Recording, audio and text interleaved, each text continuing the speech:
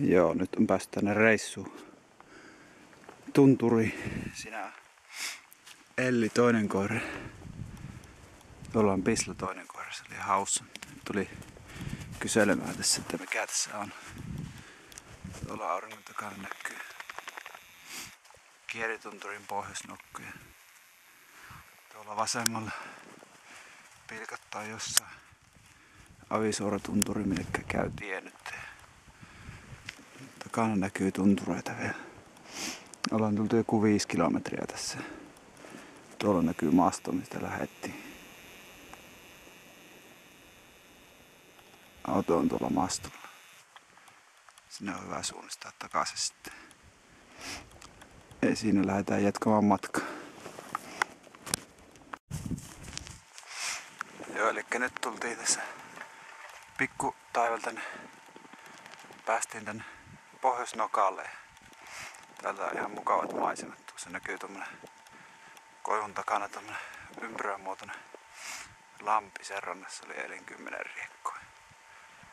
Täältä kun vähän pikkusen varastaa tänne eteenpäin, niin näkyy tuolla Solan vastapuolella Avisooratunturi. Jos vähän zoomailee, niin siellä näkyy puutollakin. Eikö eteenpäin? Noin, nyt ollaan oltaisiko noin 7 kilometriä kävelty tässä näin. Ensimmäinen tilanne, koira seisoo tyhjää tuossa noin. Se tuolla selvittelee vielä. Kuuma hajutus joka tapauksessa on, mutta ei todennäköisesti lintua nyt kuitenkaan tällä kertaa. Niin, mitenkä se nyt oli? No, käy etsimässä vielä, käy.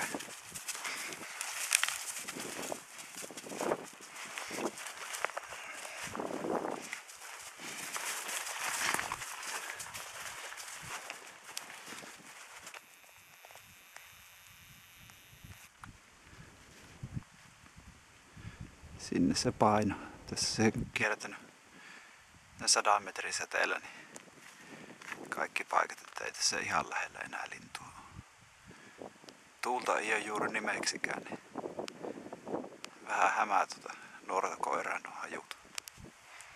Ei se auto kun lähtee jatkamaan. Kohta mennään tuosta Avisoorojoen yli. Mennään Avisoorotunturin puolelle.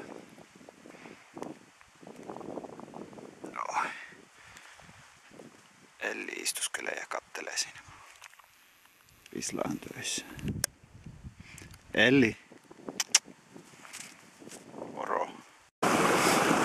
Jees, tulin tähän Avisoorojoen rantaan ja ylhäältä jo kuulin, että tässä puro solisee tässä kohdalla mukavasti. Ja niinhän se yleensä aina on, että siellä kohdalla missä se puro solisee, niin kuin tässäkin on tämmönen pikku koski ja näköjään tämmönen suvanto.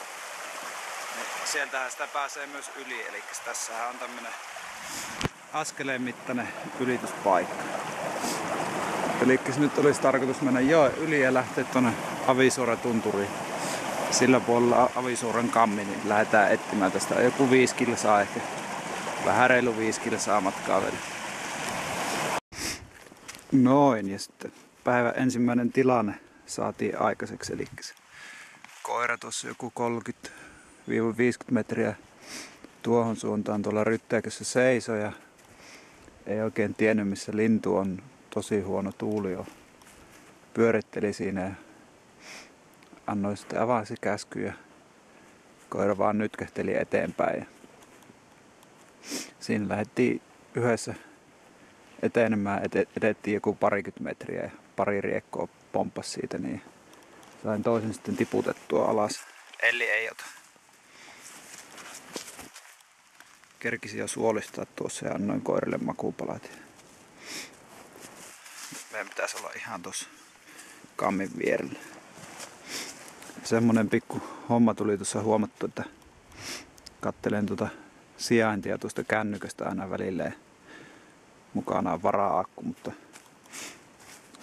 kylläpähän jäi vaan sen kännykän laturi johto sitten kämpille. Eli laitoinpa kännykän kiinni ja mennään kartalla ja kompassilla. No Ellikikö sai herkkuja Saiko se Elli herkkuja? Elli on ihan innoissaan mukana. Joo. No, myöpä lähdetään jatkamaan tästä matkaa. No niin, nyt on yö nukuttu kammille. Tultiin metsästämään kevyen repun kanssa. Sää on melko, että sanois haastavaa. On pakkasta varmaan 7-8 astetta ja aivan täysin tyyni. Ei minkään sortin tuulepidettä. Koira ei ole pari kertaa löytynyt hajukentä, mutta ei ole löydetty lintua, joko vanhat hajut tai sitten on vaan linnut kateessa, kun ei tuule yhtään. Tästä sitä lähdetään kävelemään tuossa. Taustalla pikkusen näkyy Juhanenjärve ja Avisaaratunturi. Lähdetään etsimään, jos saatais vielä joku riekkosaaliksi, niin saatais laittua ruokaa.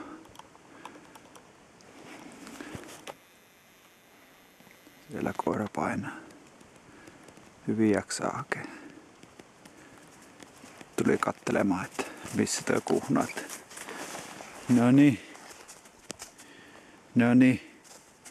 Oliko vähän omituinen juttu? Onko vähän Pislullakin hankala keli? No niin, etsi.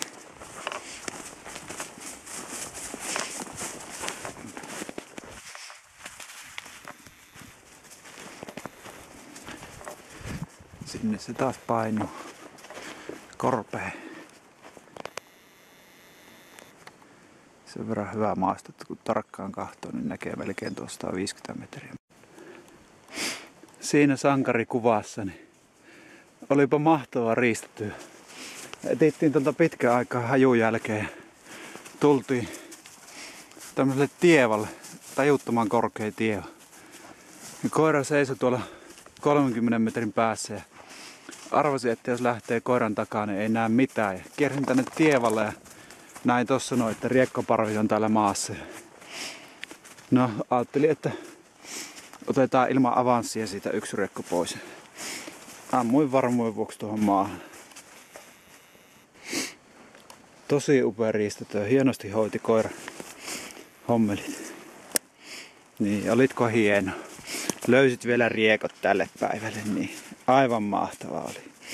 Aivan mahtavaa. Nyt ei kun riekot veke, suolet riekolta vekeen ja koirille vähän makuupaloja. Sitten lähdetään jatkamaan, ehtimään uusia riekkoja. Ei vois päivä paremmin alkaa. Onhan tässä toisaalta tultu jo pitkä pätkä, mutta yhtään riekkoa ei ole koira töpeksynyt, ei ole löytänyt. Ja heti ensimmäistä oikein kunnon riistatyö. Jes, katellaan lisää. Tällä riekolla alkaa olla aika valkea tuo puku, mutta kyllä sillä tuolla selän puolella vielä ruskeita höyhentä on. No niin, tässä päätän näkemään mielenkiintoisen jutun, eli pikkupentu päästään aina vakaaksi riistatyön jälkeen. Niin settiin nämä välitulpat. Siinä on välitulppa ja täällä on toinen välitulppa. Mihinkään se sen tiputti? Tohon. 2 kertaa ammuin. Yritin vielä peräisin. Oli toinenkin. Tosiakin lintuja. Olisiko ollut 6 kappaletta. Toisen kerran ammuin maahan ja sitten yritin tonne vähän kauemmas perään. Tuleepahan kerettyä nämäkin muovit pois. Mutta en tiedä kerääkö muiden koirat välitulpat, mutta mulla on näköjään semmonen kappale.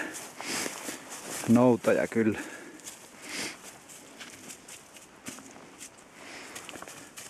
Jees. Riekko on nyt suolistettu ja pikkuhörppy juomaan ja sitten lähdetään jatkamaan. Näitähän sitä sattuu aina erämaassa, eli siihen jonkun matka katkennut. Sanottaisiko, että haaksi rikko on näkynyt yksi suksi katkeavan kelkasta. Semmoista sattuu siihen, se on jätetty talvella ja sitä perässään kukaan kuljeta. Nyt eikö jatkamaan matkaa. Noin, eli löytyipäs täältä Tunturivaarastakin sen verran tervaskannon pätkä, että saatiin tehtyä tuleet.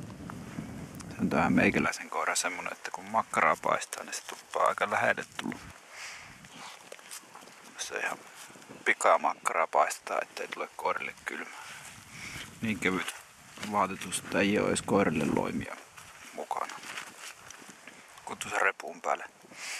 Toinen ei suostunut siihen tulemaan, se meni tuohon paleille, kun ihan täriisi. Tää kohta lähtee. Ihan netit tervastuleet saatiin. No niin, vaikka seisovan koiran kanssa ollakin me täällä, niin onpa hienoa, että on hyvää noutoja kyseessä myöskin.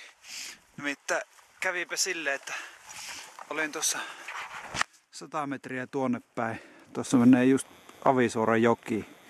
Just olin kerännyt joen yli mennä ja löysin sen ylityspaikan sieltä ja koira otti seisona. Ja 6 riekkoa lähti ja yksi lensi suoraan sillä tavalla, että haavilla olisi saanut kiinni. Ja pakko oli odottaa, että menee vähän kauemmassa minusta. Ja oottelin ja no niin kuin näkyy, niin tuossa on tuommoista aika tiheätä koivikkoa, niin se kerkisikin yllättävän pitkällä. Ja sinne turautin perään ja oikein pöllähti riekko, mutta lenti ja. Oli jo sillä tavalla, että ei se vaan jäänyt. Ja sitten mietin, että kyllähän se on lähettävä kahtomaan, että jos se kuitenkin tippui ehtimään, kun selvästi pölähti. Ja tästä tuli jo 650 metriä, niin tuli tähän suurin piirtein paikalle, mihinkä lintu jäi. Ja iskin koiran vapaaksi. Otin tosiaan koiran kiinni tuossa joen ylityksen aikana. Iskin koiran vapaaksi ja sanoin, että etsin. Niin ei mennyt minuuttiakaan. Jo oli riekko suussa suoraan ja toi automaattisesti suoraan mulle se. Hieno riekko, todennäköisesti suoliosuma. Siivet on ainakin ehjät, mutta ihan verellä on. Siivet ja molemmat jalat on ehjät. Eli hyvin todennäköinen suoliosuma. Myös koirattomalta mieheltä ollut käytännössä mahdoton paikka löytää, koska nyt on niin valkea riekko, että ei sitä löydy. Elli elää syöstä, saat kohta herkkupalaat. Niin. Nyt ei Elli käynyt hakemassa välitulppaa. Oli sen verran hektinen tilanne, että lähdettiin toisen suuntaan samoin tein. Jees, no se oli sitten saaliin osalta päivä tässä, eli 2 riekkoa saatuna. No niin, nyt ollaan kämpillä. Aika pimmeä alkaa olla kammio pikkuhiljaa, mutta siitä se tässä hirveästi paloa tarviikaan enää. Tuossa on keitelty vähän ruokaa. Niin katsoo vähän minkälaista ruokaa sitä meillä. Nyt saatiin vähän valoakin kammiin. Elikkä siellä Pisla nukkuu ja kamat on ihan levällä. Elli nukkuu tuolla. Täällä on koiran ruokia ja hammasharjoja ja koirille on vesikuppi siellä. Vettä ja ruoat on likoamassa Ellille. Tässä keittelen tää omaa sapuskaa, eli se paistoon tuossa pikkusen noita riekon rintoja ja lisää äsken makaronit ja kohta lisäälle pari kappaletta tämmöstä ihan perus kantarellikeittoa, mitä nää nyt on. Lämmin kuppi. Siitä se alkaa ruoka valmistumaan. Eikä kestä pitkään. Yes. Uusi päivä valinnut. Tullut vähän lunta tänne tunturiin. Tuo sanoi, että hyvä kelpaa uko ja äihin kulkee. Aika komeet maiset.